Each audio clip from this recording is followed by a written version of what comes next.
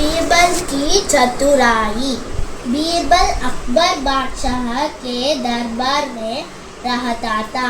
वह हाजिर जवाब व्यक्ति था। उसकी होशियारी के कारण बादशाह उसे बहुत चाहते थे और उसका आदर भी करते थे। बादशाह रोज शाम को राजमहल के बगीचे में टहला करते थे। बीरबल भी उनके साथ जाया करता था। एक दिन दोनों टहलाते टहलाते एक छोटे तालाब के पास पहुँचे। बादशाह अपने हाथ पैर धोने पानी में उतरे। जाड़े के दिन थे। पानी बर्फ के समान ठंडा था। बादशाह ने झट बाहर आते हुए कहा, बीरबल, क्या कोई आप इस पानी में नहा सकता है? बीरबल ने तुरंत उत्तर दिया, नहाने की बात छोड़ दीजिए। पैसा मिलने पर रात भर इस पानी में खड़ा भी रह सकता है। बादशाह को उसकी बातों पर विश्वास नहीं हुआ। उन्होंने कहा, यह असंभव है। अगर कोई इसे कर दिखाए तो मैं उसे 5,000 रुपये इनाम में दूंगा। दूसरे दिन सवेरे बीरबल ऐसे व्यक्ति की खोज में निकला जो उसकी बातों को सच्चा साबित कर सकता है। संयोगवश उसने एक देहाती लकड़हारे को देखा जो अपने सिर पर लकड़ियां का भारी गट्टा ले जा रहा था। उसका शरीर हट्टा कट्टा था। वह रात भर लकड़ी काटकर सवेरे उसे बेचता था। बीरबल ने उससे पूछा, क्या तुमको सर्दी नहीं लगती? लकड़हारे ने कहा, मैं बाल बच्चों वाला हूँ, सर्दी गर्मी की परवाह करूँ तो रोटी कैसे कमाऊँगा? बीरबल ने उसे सारी बातें समझाई तो उसने बादशाह की शर्त सहर्ष स्वीकार कर ली। शाम को 6 बजे अकबर बादशाह सभी दरबारियों के साथ तालाब के पास पहुँचे। वह देहाती भी वहाँ बीरबल के साथ पहुँचा। बादशाह ने कहा, सुनो, अब से सवेरे 6 बजे तक इस तालाब में गर्दन तक के पानी में खड़े रहना चाहिए।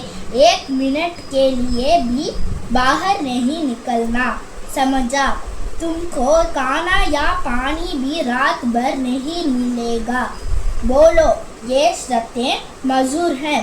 देहाती ने कहा, हुजूर, सब शर्तें मंजूर हैं।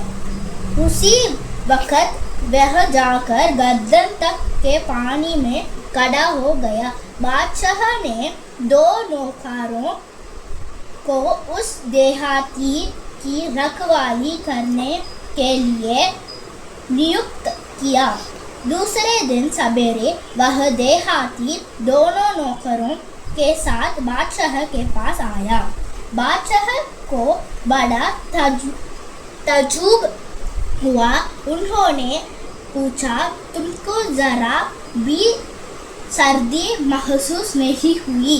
देहाती ने कहा, हुजूर, तालाब के किनारे पर जो दीप जल रहा था उसी को देखता हुआ मैं खड़ा रहा। मुझे बिल्कुल सर्दी नहीं महसूस हुई। अकबर ने कहा, मालूम होता है उस दीप की गर्मी ने सर्दी को दूर कर दिया, इसलिए तुमको इनाम नहीं मिलेगा। देहाती मन महसूस कर चुपचाप बीरबल के पास चला गया और उसने बीरबल से सारी बातें बताई। बीरबल ने कहा, कल शाम को तक तुमको इनाम दिलवा दूंगा। दूसरे दिन 11 बज गए। बीरबल अब तक दरबार में नहीं आया। उस दिन बादशाह बीरबल को साथ लेकर कहीं जाने वाले थे, इसलिए बादशाह खुद बीरबल के घर गए। बीरबल रसोई घर में खाना पका रहा था। नीचे एक चूल्हा जल रहा था। 5 फुट ऊंचे सीके पर एक हांडी रखी थी, उसमें पानी और चावल थे। बादशाह को देखते ही बीरबल बोला, हुजूर माफ कीजिए, देर हो गई, पर क्या करूं? यह चावल जल्दी नहीं पकता। बादशाह ने नजदीक जाकर देखा तो उन्हें खूब हंसी आई।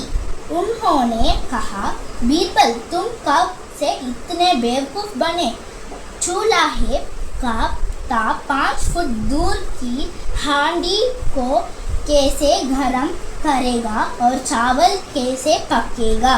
बीरबल मुस्कुराते हुए बोला, जहन पाना, आपके बगीचे का दीप 10 फुट की दूरी तक अपनी गर्मी से सर्दी को दूर कर देते हैं, पर मेरे घर का चूल्हा 5 फुट तक अपना ताप बढ़ाकर चावल नहीं पका सकेगा।